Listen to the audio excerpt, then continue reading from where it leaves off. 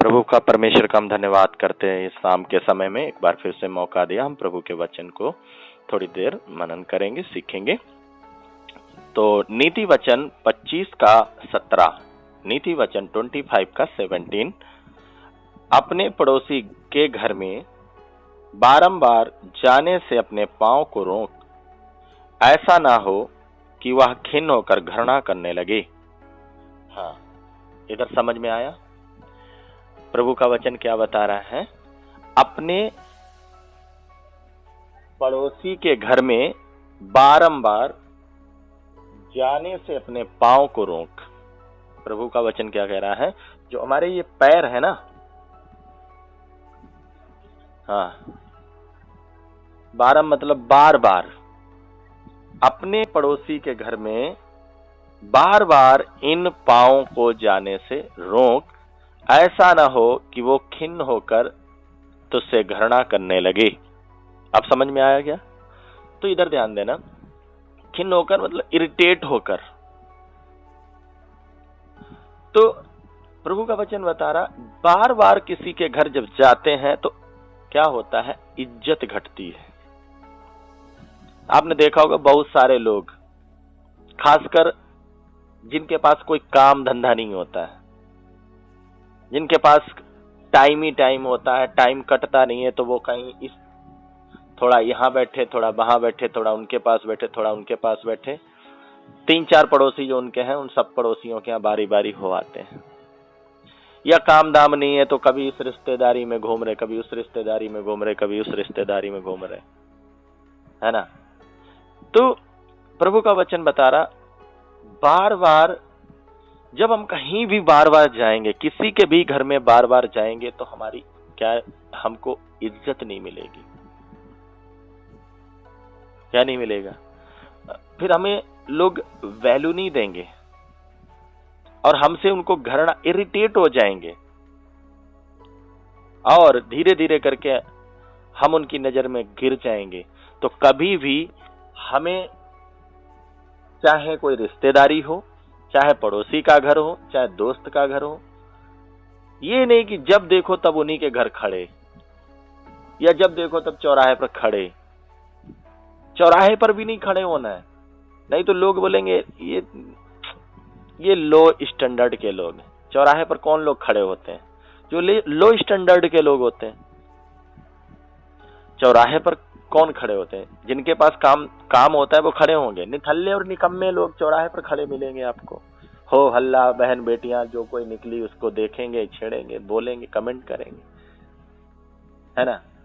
ये जिनके पास काम नहीं है। लेकिन हम मसीह लोगों को क्या करना है? प्रभु का वचन क्या बता रहा? अपने पांव को रोक, इनको रोकना है।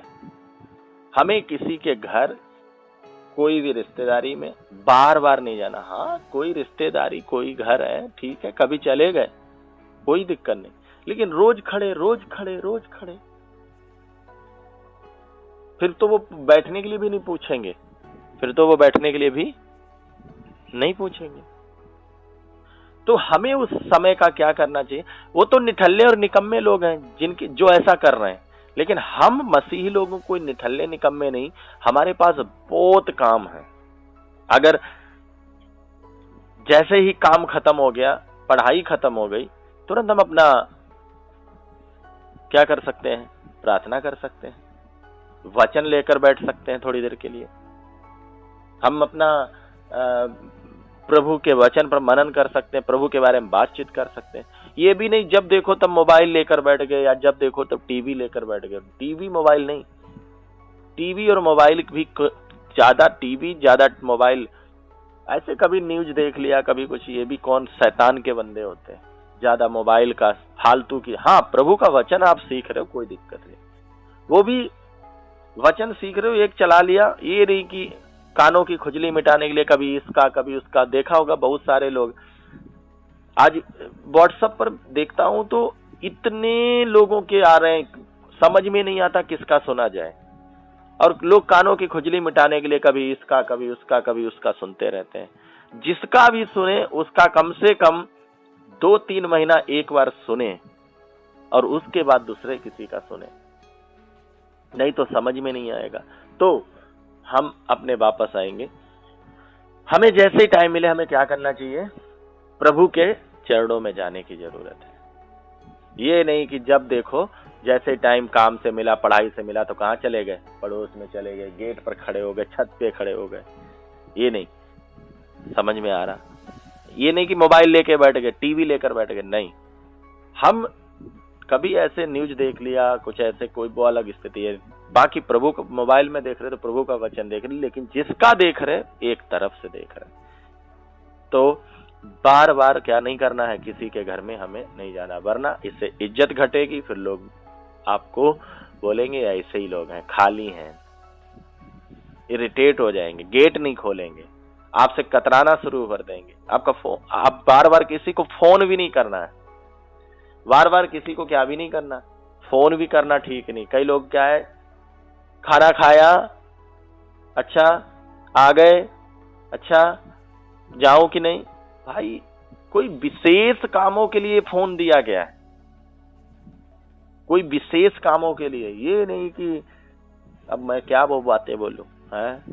छींक आ गई तो फोन है, खांसी आ गई तो फोन।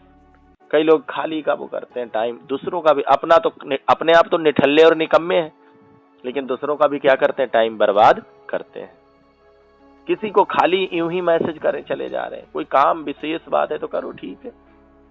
हाय हाल चाल लेना है, ठीक है, 10-15 दिन में एक बार ले लिया हाल चाल, उसमें क्या? ये तो खाली का दिखावा है, रोज शाम को ले रहे हैं हम हाल चाल।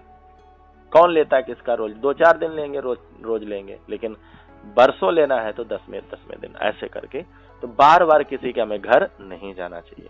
तो हमारे प्रिय भाई बहनों, अगर आपको इस वचन के द्वारा ये समझ में आ रहा तो प्रभु आपको आशीष दे।